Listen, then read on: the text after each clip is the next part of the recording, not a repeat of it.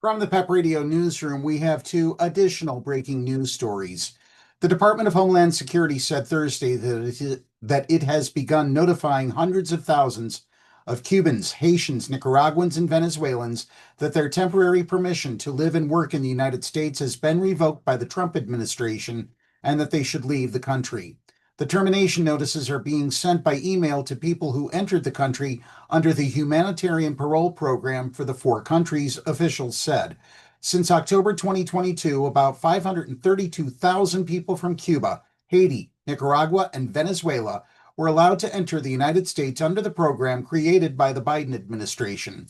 They arrived with financial sponsors and were given 2-year permits to live and work in the United States.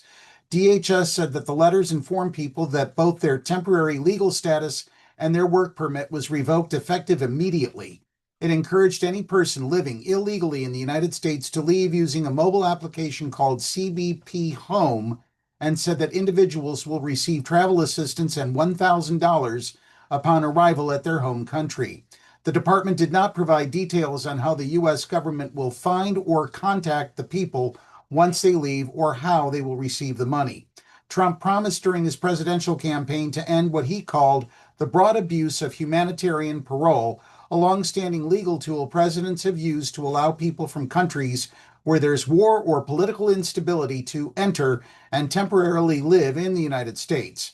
Trump promised to deport millions of people who are in the United States illegally, and as president, he has also been ending legal pathways created for immigrants to come to the United States and to stay and work. His decision to end the parole program for Cubans, Haitians, Nicaraguans, and Venezuelans was challenged at the courts, but the U.S. Supreme Court last month permitted the Trump administration to revoke those temporary legal protections. And now for the second breaking news story.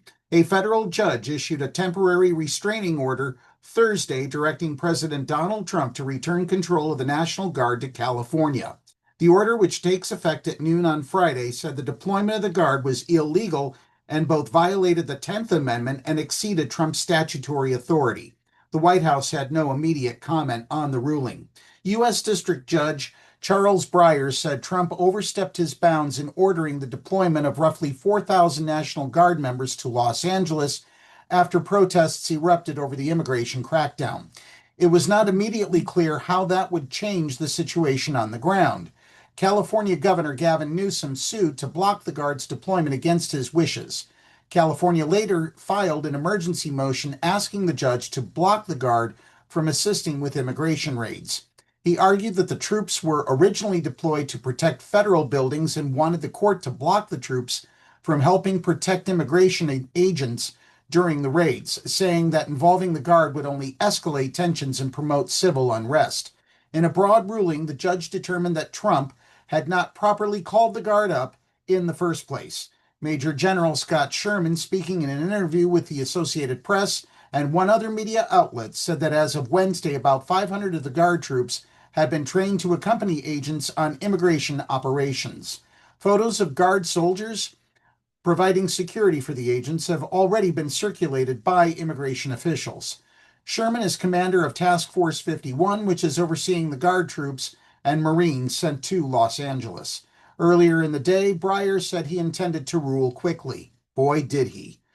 This country was founded in response to a monarch, and the Constitution is a document of limitations. I'm trying to figure out where the lines are drawn, the judge said before a packed courtroom. That's what we know so far. We will be back with any updates as they become available. Reporting from the PEP Radio Newsroom, I'm David Moore.